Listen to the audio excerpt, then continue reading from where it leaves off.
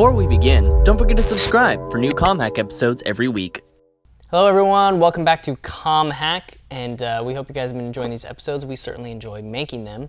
And today, on this episode, we want to talk about politeness. Just being polite. That's an important thing. How are you doing today? You know, I'm doing great. That was cheese.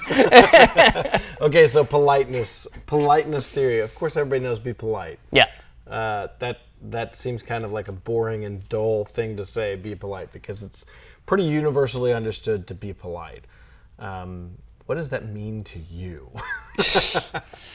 I mean, it's just, you know, you don't want to just come up to somebody and be like, man, you're not looking great today, you know? It's like, or you come off real angry in an email or something. It's just, you want to start off by being nice first with people. So, yes, that's kind of like a very simple thing, and everybody knows be nice. Most of the time, I actually get into trouble because in my emails or even in conversations, I go straight to the point of what I'm wanting to say or what the conversation's about. Let's say I need to use your stapler. I come in, hey, give me that stapler, or can you give me that stapler, right? So it's very abrupt and to the point. And in that scenario, it might be okay. But in an email where it's like, hey, did you get a chance to get that estimate? I need that estimate, right? Or whatever you're emailing the person on the other end of that email exchange. So that going straight to it works in some scenarios, but there's something to be said about politeness theory. What does politeness theory say? Well, there's a positive politeness and a negative politeness. And if you can, depending on the culture that you're working within, and I don't mean national culture, I mean just in the general culture of your workplace or the relationship that you got with the person, if the culture says that X amount of politeness is necessary in the culture, then you want to make sure that you have some of those niceties in your exchanges, whether that be email or in person. And some cultures, whether it be domestic or when you're talking about cross-culturally, some cultures require more niceties. They require more politeness. So a positive politeness would be where you start off with a compliment, or it was really great to see you at the convention last week. I really enjoyed our time together. And then you go into it, right? And then, of course, you're sincerely at the end, or really looking forward to, seeing you next time, or whatever the next thing is going to be, right? Yeah. So those are positive politeness. Negative politeness is where... A negative politeness? A negative politeness. Okay. A negative politeness. So negative politeness would be where you say... I'm so sorry to bother you. I know that your time is very valuable. If you get a chance, and then you go into it. Oh, okay. So that negative Gotcha. politeness is basically, you're apologetic would be one thing.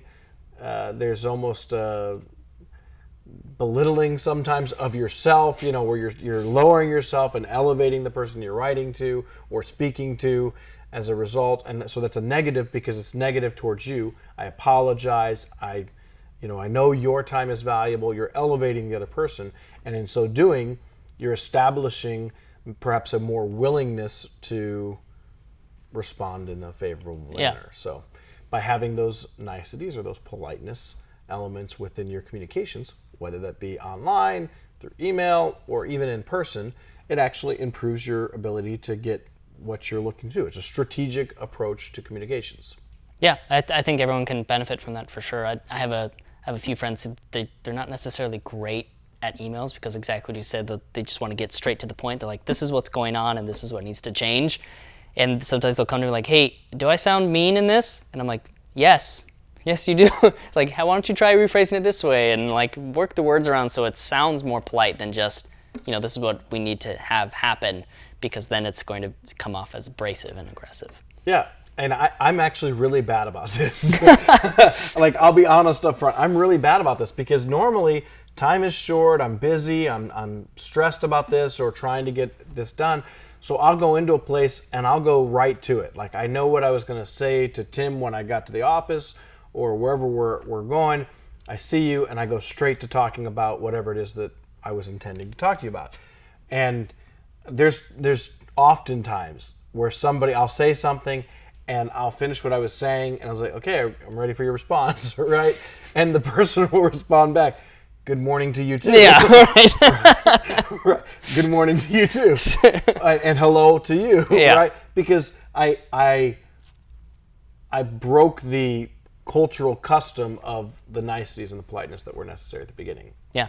So you probably would have a greater success by making sure to be intentional and aware of the cultural politeness that is necessary when you're communicating. Absolutely. And that's our hack for this week. That's the hack. That's a great hack. Well, there you go, guys. Don't forget to be polite. It'll help a lot. Do it. And thank you for coming today. Yes, We appreciate you. We're sorry that this took so much time out of your day. And we would appreciate it, however, if you would follow us on social media, share the links and this video. I'm Josh Weiss. You can follow me at Joshua D. Weiss. I'm Tim Jones. You can follow me at TLJonesy_. And with your permission, we will continue mastering communications one hack at a time.